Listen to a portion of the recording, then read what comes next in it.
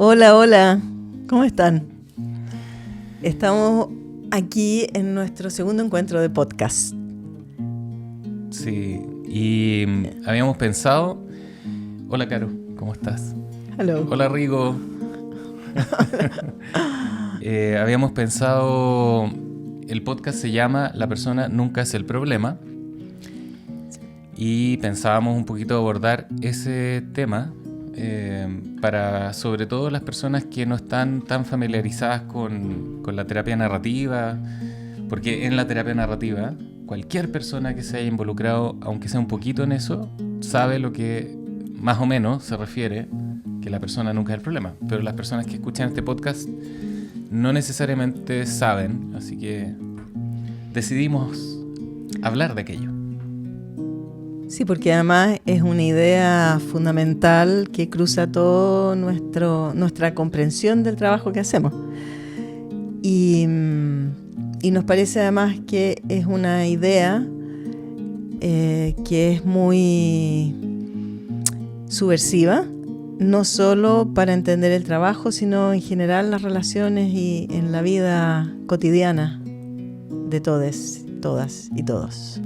Y me parece que no se puede hablar de que la persona nunca es el problema sin hablar un poquito acerca de las historias y de la importancia de las historias en nuestras vidas, en nuestra forma de entender lo que hacemos, quiénes somos o quiénes estamos siendo.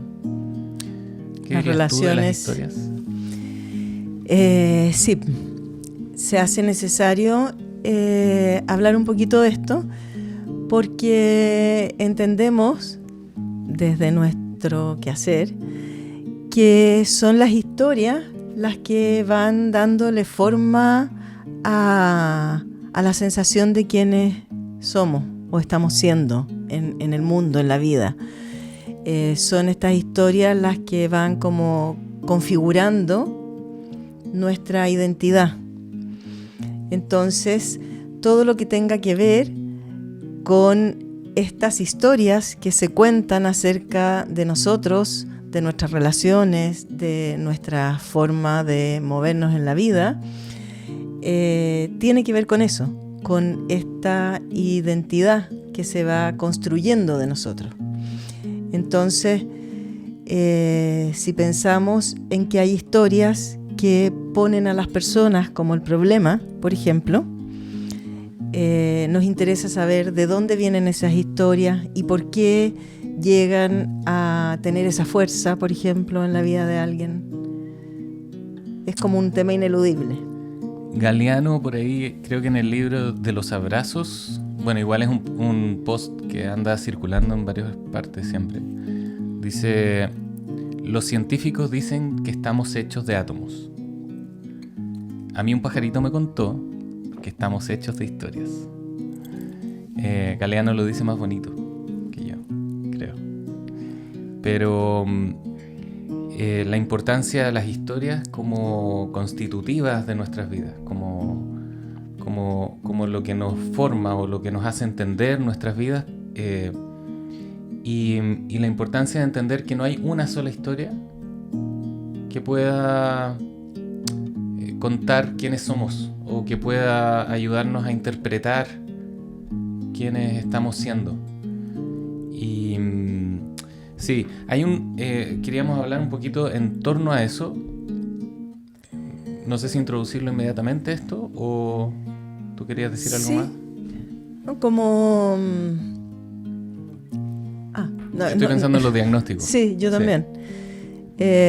Porque esta idea de que la persona nunca es el problema está en relación directa con lo que puede llegar a significar el uso de diagnósticos o la aplicación de categorías diagnósticas sobre las identidades de las personas. Entonces queríamos entrar en ese tema y la frase que acaba de decir Ítalo de que estamos constituidos por historias, como decía Galeano, porque hay muchos O sea, hay un post que circula harto que dice: no somos diagnósticos, somos historias. Y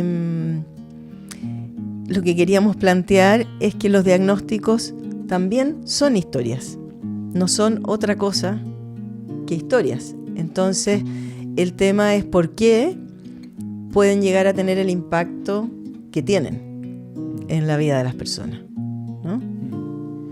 Claro, es un post que se comparte mucho, y se comparte mucho además de gente. Yo entiendo que se comparta, no es una crítica a compartir esto. Tiene un sentido también probablemente desobediente o cuestionador, crítico.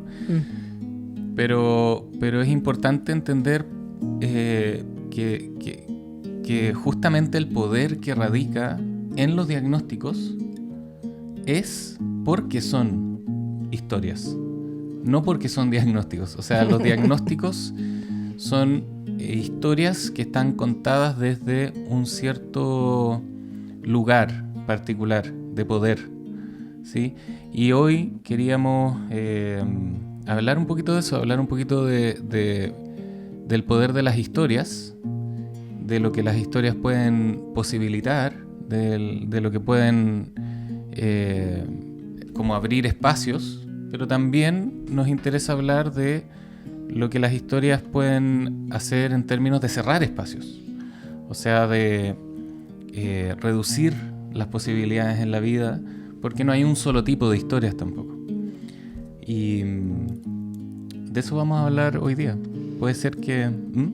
¿Vas a...? No. Porque pensaba que vamos a la cortina y volvemos a conversar. Bueno.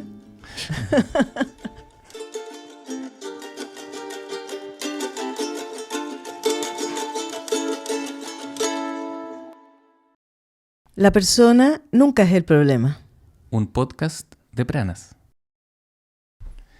Bueno, vamos a hablar acerca de los diagnósticos, de las historias, pero el tema de los diagnósticos es algo que nos preguntan mucho, como que desde la terapia narrativa o las prácticas narrativas, cómo se entienden los diagnósticos o qué hacemos con los diagnósticos, y muchas veces se habla de los diagnósticos como si fueran verdades, como si es que hay algo que se llama diagnósticos, ¿verdad? Que es una verdad y que nosotros estamos como de alguna forma evitando o evadiendo, ¿no? Y por eso se nos hace importante cuestionar un poco este post que dice: no somos diagnósticos, somos historias, porque lo que hace ese post de alguna forma es atribuirle a los diagnósticos como una existencia, en como sí misma, una ontología, como... dirían por ahí. Pero claro, como una existencia en sí misma, como binarizándolo o como haciendo como que eso sí existe y están los relatos. Entonces nos pone como, bueno, ¿y ustedes qué van a creer? ¿Van a creer que somos diagnósticos o que somos historias? Y nuestro propósito es justamente entender que los diagnósticos son historias y son un tipo muy particular de historias que es importante analizar y conversar un poquito, porque no tengo la cifra exacta, no la buscamos, pero el nivel de diagnosticalización de la gente como está acrecentándose. Hay una explosión de diagnósticos psiquiátricos, clínicos, de la vida humana, o sea, todo es diagnosticable. Esto es algo que está como permeando la vida un poco, o sea, como que la gente de alguna forma está hablando en términos de diagnóstico, de un momento a otro, o no de un momento a otro, porque esto ha sido paulatino, pero de pronto se empezó como a notar que la gente son como que todos nos volvimos pequeños psiquiatras, hablando de la vida nuestra y de la vida de otra gente en términos patologizantes, como de diagnósticos clínicos, ando con depresión, es bipolar, etcétera, etcétera. Tengo TOC, etcétera. Hay un largo etcétera para hablar de esto. Entonces, nos interesa un poquito ver cómo, quizás partir con por qué a alguna gente le sirven los diagnósticos, por ejemplo. Sí, podría ser. ¿Quieres hablar de Que, eso? no sé si antes de eso, a propósito de este crecimiento como exponencial de que la experiencia de la vida de las personas se le atribuye algún diagnóstico, lo que significa, en palabras así más concretas, que se patologiza esa experiencia y, y que habitualmente además unido a este diagnóstico va una medicina, una medicalización. Entonces es que las personas están supuestamente con alguna enfermedad y deben medicarse. Y hay una industria farmacéutica gigante creciendo con esto también. Entonces, lo que queríamos hacer visible aquí es que si entendemos que los diagnósticos son también historias, o sea, no es que sean algo distinto a historias, el tema es qué tipo de historias son o de dónde vienen estas historias para que tengan ese poder y tengan como la atribución o la autoridad de ser más o menos impuestos, ¿no? Yo pensaba partir como por eso, porque se constituyen muchas veces como la historia o la historia verdadera.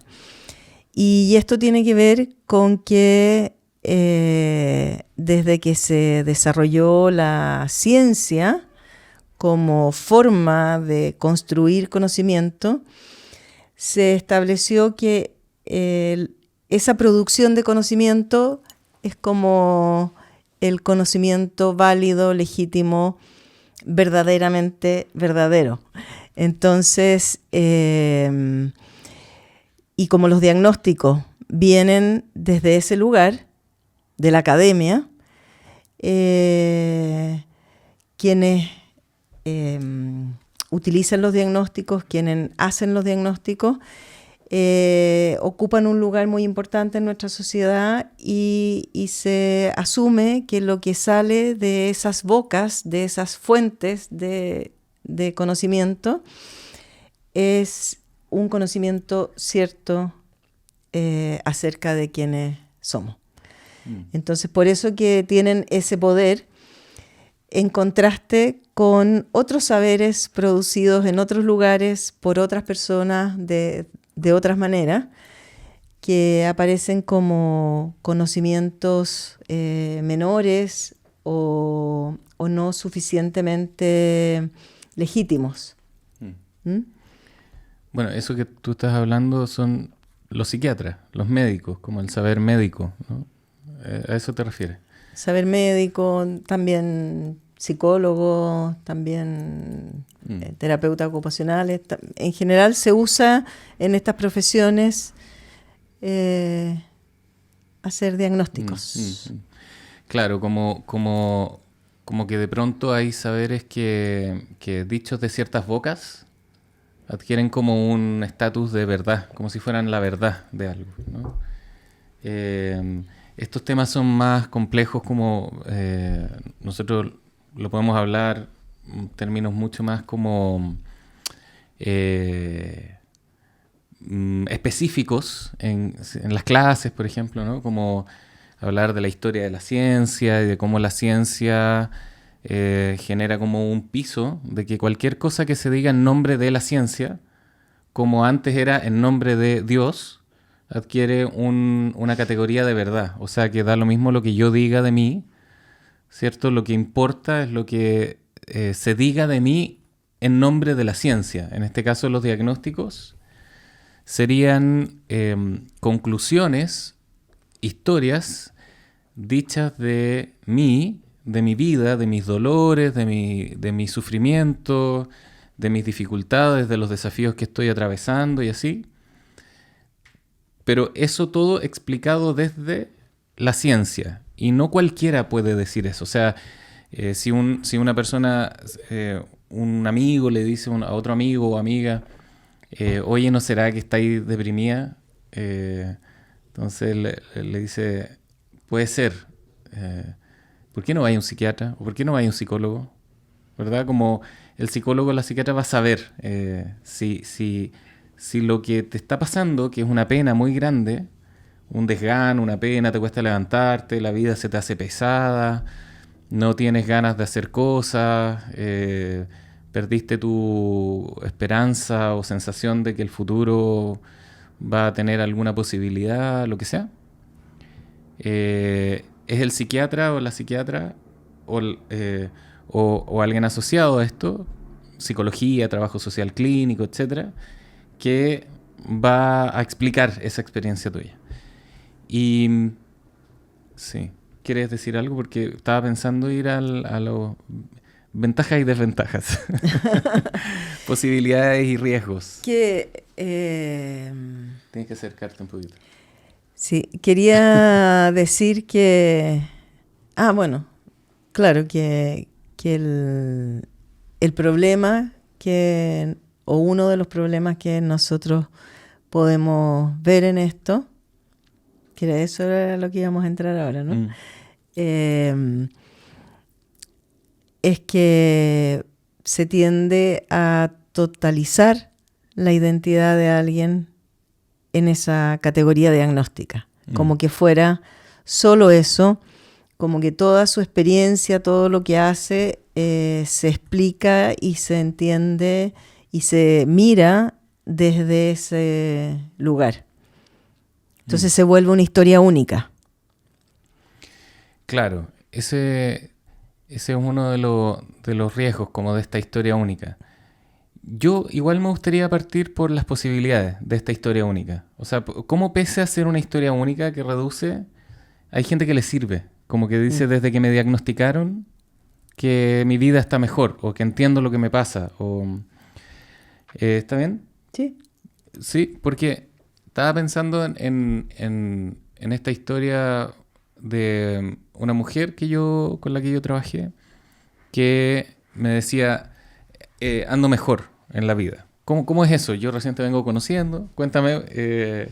Igual vengo a terapia porque hay cosas que tengo que superar y así, pero ando mejor desde que el psiquiatra me diagnosticó depresión mayor. No me dijo depresión mayor, pero yo después me enteré que era ese el diagnóstico. Que era depresión, me dijo ella. Y entonces yo le pregunto, qué interesante, ¿qué pasó? ¿Cómo este diagnóstico hizo esta diferencia, que te sintieras mejor? Entonces ella decía, bueno, mis papás empezaron a venir a la casa a ayudarme con mi hijo. Dejaron de decirme floja. Entendieron que yo tenía realmente un problema, de que no estaba loca y de que tenía una enfermedad, que es real. Entonces, que no era porque yo no le echaba ganas simplemente, o porque yo no hacía el esfuerzo suficiente, sino que porque tenía depresión, tengo depresión. Y desde ahí que también siento algo como raro, como que me siento parte de algo, me decía. Tengo sentido de pertenencia. Tengo cómo nombrar lo que me pasa. Tengo cómo saber más o menos qué hacer con esto. Me tomo mis medicamentos, hago lo que el psiquiatra me dice que tengo que hacer. Entonces, desde que tengo el diagnóstico, que me siento mejor. Entonces, cuando ella me dice esto, yo lo que estoy escuchando es que me está diciendo que por fin hubo una historia que legitimaba su experiencia. Por fin alguien pudo contar una historia, la historia de la depresión, de este diagnóstico, que en el fondo dijera que esto que me está pasando es real. Esto que me está pasando no es que yo soy floja, no es que yo no le echo ganas, no es que no pongo suficientemente esfuerzo en lo que hago o en la vida, sino que, o porque soy acuario, digamos, con luna en Piscis o algo así, ¿cachai? Sino que, aunque eso a veces también sirve, pero eso también son historias, en todo caso. Pero lo que hizo esta historia, porque ella contaba esto antes. Ella le decía a los papás, es que me siento mal, es que Claro. no puedo levantarme, es que no logro hacer las cosas. De verdad que hago los intentos, estoy comiendo mejor, me trato de dormir más temprano, estoy organizando, miren, tengo la agenda llena de planes, pero no los logro hacer. Fui al gimnasio, lo pagué, no sé, quiero ir a hacer ejercicio, pero no me da. Y cuando fui, casi no hice nada en esa hora. Pero eso que ella narraba, esos relatos de ella, no eran legítimos a los oídos de sus papás. Eso, esos relatos eran considerados como excusas de ella. Entonces, cuando viene el médico, psiquiatra, con una voz como lo que estábamos hablando antes, ¿no? Una voz autorizada, legítima desde la ciencia y así, y nombra esto no como desde la psiquiatría como depresión, ahí sí tuvo legitimidad. Entonces lo que ella logra con esto, más que el diagnóstico mismo, es lo que los relatos hacen, el poder de los relatos, que es dar una interpretación, como un sentido a lo que me pasa, saber lo que me pasa, dar legitimidad a la experiencia también. O sea, lo que me está pasando es real, tiene una historia, ¿no? Y esa historia hizo que los papás colaboraran con ella. O sea, ella empezó a tener colaboración de los papás. Entonces, En vez de crítica. en vez de crítica, claro, crítica negativa, ¿no? Como de descalificación Sí. incluso, ¿no? Entonces, yo empecé a indagar en eso, como en las historias de la colaboración. ¿Cómo es que la colaboración en su vida era tan importante? ¿Y qué diferencia hacía? Más que el diagnóstico, sin descalificar el diagnóstico, porque no es el propósito tampoco. ¿Cómo es que sentirse parte de algo? O sea, que lo que le estaba pasando no es porque ella es rara, sino que porque es legítima su experiencia, se siente mal por algo, porque es verdad que se siente mal. ¿Cómo eso hace una diferencia? Y algo, bueno, ella me dijo es como dejar de luchar un poco, como dejar de luchar para que te crean, me decía. Y por fin ahora como preocuparme un poco más de lo que tengo que hacer. Sin embargo, bueno, habían otras cosas que el diagnóstico no era muy posibilitador para otras cosas tampoco. Sí, estaba pensando que, como Michael White dice, la identidad es como un territorio de vida. Entonces, cuando esta identidad está encerrada en un solo relato, el territorio de vida se hace un territorio muy pequeñito, como hay muy poco espacio donde movernos. Y en cambio, si pensamos nuestra identidad como tejida por múltiples relatos, nuestras posibilidades de acción, no solo en el presente, sino que en el futuro, lo que podemos llegar a imaginar, de que podemos ser capaces, de que podemos querer, de tener planes, de tener sueños, se hace mucho más amplio. Por eso es que nos interesa poder conversar y explorar con las personas su relación con estos relatos. Es como tenemos este relato que está diciendo que hay una depresión, por ejemplo, que te está facilitando todo esto, que te está dando como legitimidad a tu malestar ante los ojos de tu familia. Pero ¿tiene algún otro efecto? Por ejemplo, conversar, si tiene algún otro efecto, ¿en qué lugar se siente ella respecto del profesional, el psiquiatra, por ejemplo, para decirle, no me gustan estos efectos que estoy sintiendo con el medicamento, o para decirle, no me gusta tomar tanto medicamento porque siento que no me hace bien, o porque en general la medicalización no me gusta?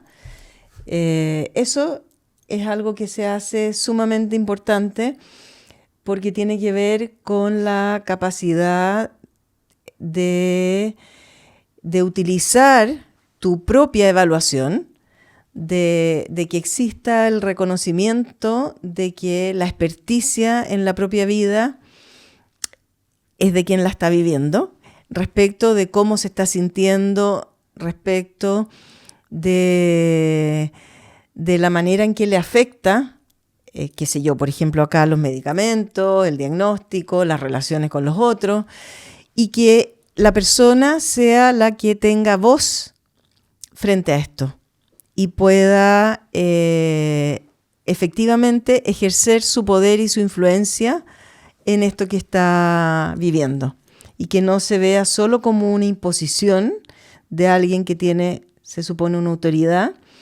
pero que la autoridad sobre la propia vida siempre se mantenga en la persona, ¿no? Que esto muchas veces no es así, justamente porque como estos son diagnósticos que hablan de alguna como enfermedad mental o alguna dificultad o trastorno mental, es como que se hace ver a las personas o sentir que perdieran autoridad sobre sus propias vidas, porque como que no están completamente bien, ¿no? No están enteras. Entonces, de alguna forma, se les quita poder. Y yo también en el trabajo he visto mucho esto de lo importante que ha sido para las personas poder expresar esto y poder, diría incluso, reclamar este derecho, a pesar incluso de que en muchos casos el especialista se ha resistido o no le ha parecido, pero que la persona pueda ejercerlo y decir, por ejemplo, frente a medicamentos que tienen lo que llaman efectos secundarios en dimensiones súper importantes de la vida para muchas personas, como la libido, o sea, su sexualidad, por ejemplo. Define que son secundarios, Ana. Exacto, que se les llama secundarios cuando para las personas no tienen nada de secundario, pueden ser aspectos de su vida muy centrales, o medicamentos que hacen subir muchísimo de peso o que aplanan completamente las emociones. Y me acuerdo que una mujer me decía, estoy tan plana que ni siquiera sé lo que me molesta, entonces no tengo la capacidad de responder frente a situaciones que no debieran estar ocurriéndome. O sea, la emoción es también como una especie de radar que tenemos para diferenciar experiencias, para evaluar lo que estamos viviendo. Entonces, cuando se está en ese nivel de, ¿cómo se dice? Como de estar en plano, no está como esa capacidad de ese sensor que nos permite distinguir situaciones, por ejemplo, de maltrato. Y sí, entonces como que todo me da lo mismo, cuando hay cosas que no me deberían dar lo mismo.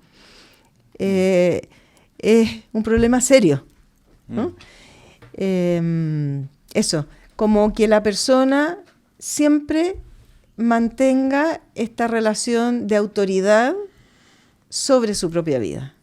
Eso creo que es algo central en esta relación. Existen los diagnósticos, pueden tener aspectos positivos, pero también pueden tener aspectos negativos que todavía no lo hemos descrito bien, pero la importancia de que la persona sienta esa capacidad de evaluar cómo va, ¿no? Sí, otras cosas que ocurren es que se invisibiliza el contexto social, contexto económico, social, histórico, cultural, de género, de color de piel, opresiones diversas. Y habitualmente lo que hacen los diagnósticos es como nombrar un problema que no es el problema. Por ejemplo, no es el problema para las personas es un problema como construido para otras personas. La esquizofrenia, por ejemplo. Cuando uno trabaja con personas que tienen diagnóstico de esquizofrenia, y ese diagnóstico está dado porque, por ejemplo, tienen una experiencia vital, una experiencia de vida que involucra, por ejemplo, tener alucinaciones auditivas o visuales, ¿no? Como escuchar voces. Como escuchar voces, etcétera, o ver cosas que no están ahí, digamos, bueno, que para ellos sí están ahí. Cuando uno conversa en terapia con estas personas, la esquizofrenia nunca es el problema. El problema es la relación, por ejemplo, con las voces. Y es curioso, o sea, no es curioso para nosotros, pero las voces habitualmente hablan en el idioma de las personas que las escuchan. Habitualmente reproducen o dicen cosas familiares para las personas que las escuchan. Son discursos muchas veces misóginos, o sea, como de sexistas o machistas. Yo me acuerdo que trabajé con un hombre que las voces que escuchaba eran de la dictadura. Eran voces de agentes de la dictadura, ¿sí? Que venían a buscarlo. Y claro, él tenía un diagnóstico de esquizofrenia, tenía otros diagnósticos más, porque habitualmente los diagnósticos además se van sumando. Se suman y son imprecisos, y va a un hospital psiquiátrico y le ponen un diagnóstico, va a otro, le ponen otros diagnósticos. No tienen nada que ver los diagnósticos con la química cerebral ni nada, simplemente una interpretación de los psiquiatras en base a ciertas acciones que la gente hace o lo que le está pasando. No hay ningún estudio fisiológico, digamos, o neuroquímico, ¿no? No, iba a decir que a esto que le llaman sintomatología. Claro, exactamente. Según eso, claro. definen. Y habitualmente lo que dice las personas que son el problema, conversar de eso, como por ejemplo la relación con las voces que son, porque no todas las voces son, o sea, escuchar voces no es el problema muchas veces. Hay voces incluso que amistosas que les dan ánimo, o que son divertidas, o que son chistosas, y que no les interrumpen nada la vida. Pero están estas otras voces, que son las voces muchas veces más violentas, o descalificadoras, o humillantes de la vida. Amenazantes. Sí. Michael White decía, todos escuchamos voces en todo caso. Todos tenemos esas voces adentro, ¿no? Como nos sentamos a hacer este podcast y vienen las voces de se nos va a ocurrir, vamos a hablar bien o no. Hacemos una clase o nos presentamos con alguien nuevo en la vida y decimos, le vamos a caer bien, le vamos a caer mal. Conocemos un grupo social. Bueno, más allá de eso, el problema que en general, por ejemplo, las personas que escuchan voces definen como problema es su relación con las voces violentas, con las voces abusivas, violentas, hostiles. Entonces, la esquizofrenia no describe el problema. La depresión mayor tampoco describe el problema, por ejemplo. La bipolaridad tampoco describe el problema. El problema de esta mujer que conté antes era la falta de colaboración y de legitimidad en su vida y en su experiencia. Y cuando nombramos eso como el problema, yo le pude preguntar acerca de la historia de la importancia de la colaboración en su vida y de los pasos que ha dado para lograr colaboración. Y después supe, en la conversación con ella, que mucha de esta sensación de dolor, de pena, etcétera, tenía que ver con experiencias que había vivido muy violentas, muy horribles, en su infancia, bueno, adolescencia en realidad. Y que tenía sentido de alguna forma doler, ¿no? Porque de hecho eran cosas que le habían pasado que nunca había podido conversar con nadie de una forma que hiciera justicia, ¿no? Porque siempre que hablaba de esto, le diagnosticaban depresión. Y el problema ahora el problema era la depresión, no la violencia que ella vivió o el abuso. No quiero decir estas palabras porque YouTube nos corta, pero que había vivido ella cuando adolescente. Y cuando logramos o pudimos hablar de esto y honrar ese dolor como una expresión de que ella sabía que lo que le había pasado era injusto y que no estaba dispuesta a silenciarlo más, cambió un poco la historia. Y la depresión mayor, que habían dicho que era el problema, dejó de ser el problema. Sí. Nos van avisando por interno que vamos... que nos queda poco tiempo. Que nos queda poco tiempo. Espérame. Vamos a una pausa comercial, un segundo, porque tenemos... pueden meterse en las redes sociales, en pranaschile.org, y hay cursos ahí que es importante para la gente que le interesen estos temas y se quiera profundizar en estos temas. Es importante ir más allá del podcast muchas veces, ¿no? Sí, claro. Que tiene que ver con cómo trabajar ya, ¿no? ¿Qué hacemos con esto? Aunque ya estamos diciendo algunas de esas cosas, pero hay un taller que es de ideación suicida, cómo responder a eso que se llama ideación suicida desde la terapia narrativa. Otro de eso que se llama duelo patológico, cómo respondemos desde la narrativa a los diagnósticos de duelo patológico o a las experiencias de duelo que están empezando a ser como problemáticas para la gente. También hay un diplomado en línea que es continuo, así que se pueden inscribir todas las veces que quieran en el año. No, y tienen acceso durante 2 años a la plataforma, a las grabaciones de las clases, etc. Sí. Y pronto vamos a estar ya con el diplomado internacional, que es como nuestro diplomado estrella. Que para el próximo año. Para el próximo año, sí. Ahora vamos. 2025. Sí. También está este libro que se llama Dignidad por Partes, a la venta en buscalibre.com y en las librerías en Chile, sobre todo en las librerías antárticas. Se los recomiendo. Viene un poco de cerca, pero bueno. Y los libros de terapia narrativa de Michael White y otros que edité yo, que andan por ahí, también los pueden encontrar en el sitio web de Pranas Chile. Eso, no tenemos más auspicios. Nos encantaría tener más auspicios, pero no tenemos, así que... Sigamos con el tema. Pero sí, porque tenemos que ir cerrando luego. Uh-huh. Y yo pondría un poco el foco en que esto que tú nombraste, de que un riesgo posible de los diagnósticos es privatizar e internalizar, como ubicar al interior de la persona el problema, la falla, y dejar de entender la dimensión relacional que tienen los problemas. O sea que hay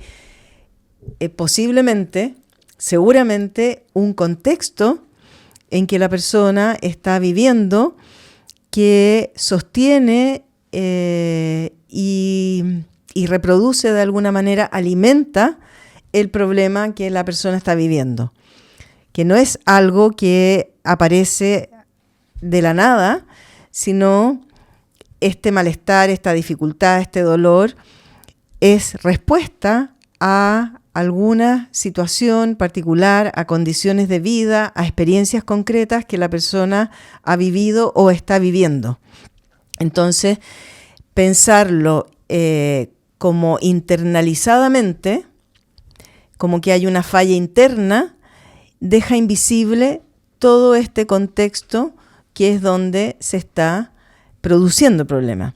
Y esto, por ejemplo, ha sido muy claro en muchas personas, niñeces o mujeres que vivieron abuso y que esto no se supo posiblemente o que incluso sabiéndose, pero se ubicó y se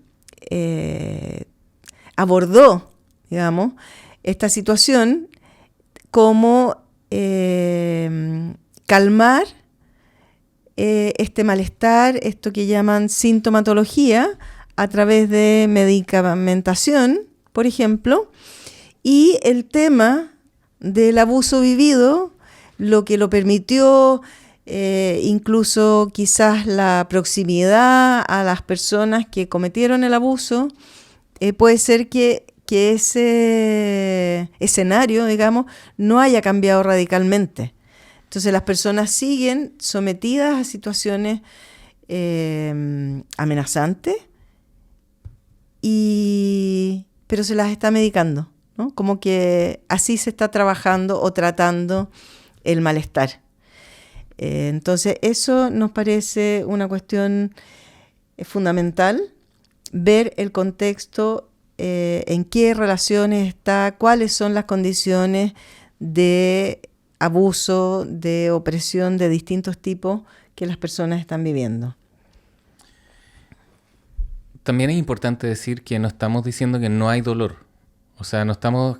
porque también hay personas que piensan, claro, que porque no los diagnósticos no son la fuente de interpretación que nosotros hacemos de los problemas, es como que... O que la persona nunca es el problema, es como si no hubiese un problema.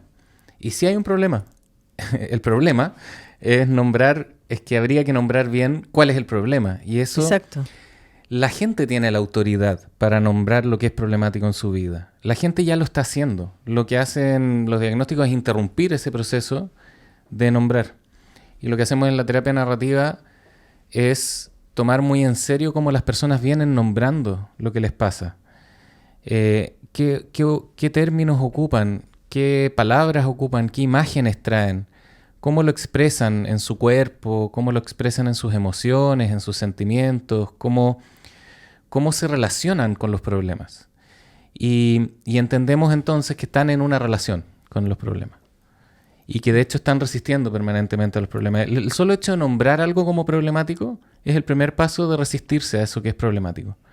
Es el primer testimonio de que las personas no están pasivas frente a esto, sino que están viéndolo, lo están nombrando y les está molestando.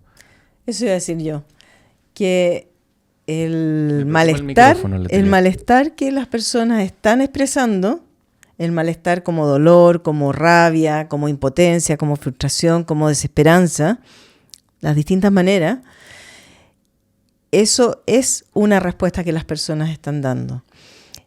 Y creo que como en este punto podría ser como un punto de llegada en esta conversación de hoy, ¿no?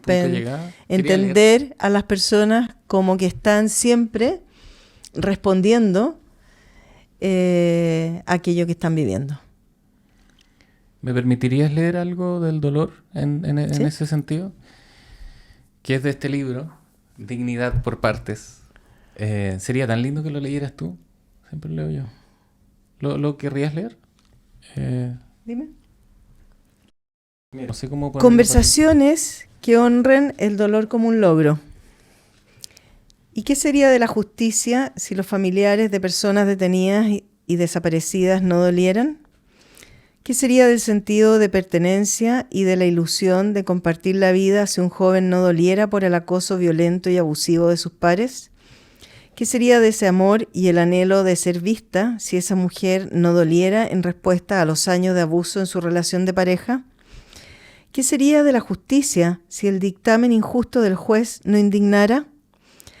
¿Qué sería de la existencia legítima y la sabiduría ancestral si los pueblos originarios no lucharan con enfado y legítima violencia por las tierras usurpadas y los genocidios?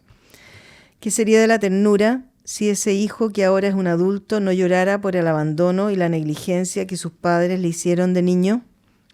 ¿Qué sería de la dignidad si diéramos vuelta a la página del horror sin antes hacer justicia y rendir cuentas? ¿Qué sería de la memoria, la verdad y la justicia si los pueblos masacrados por las tiranías no continuaran con la lucha indignada y persistente? ¿Qué sería de la piel y el derecho al abrazo si esa mujer fuera indiferente a los abusos sexuales que ha vivido? ¿Qué sería la vida? ¿Qué sería sino indiferencia y vacío? El dolor es un logro, no un problema. El problema sería no doler. El problema es aquello por lo cual dolemos que está siendo transgredido. Está bonito, ¿no? Bueno, esperamos que sea útil. Suscríbanse al canal, comenten, compartan. Eso nos ayuda un montón porque cuesta hacer esto y nos gusta. Y Queremos que llegue a más personas, así que se agradece que se suscriban, comentarios, respondemos todo, propongan temas, díganos si este nuevo formato, esta mesa y así, les gusta o no. Comenten lo que quieran comentar. Gracias, Caro. Gracias. Lo que me gusta del texto es que todas esas expresiones, habla especialmente del dolor, pero puestas como eso, como respuesta, no como una reacción mecánica o automática a algo, sino es ese discernimiento y en donde las personas se expresan. Eso. Gracias, Rigo. Nos vemos en la próxima. Vemos.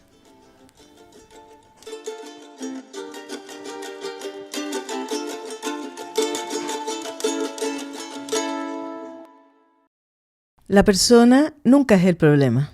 Un podcast de Pranas.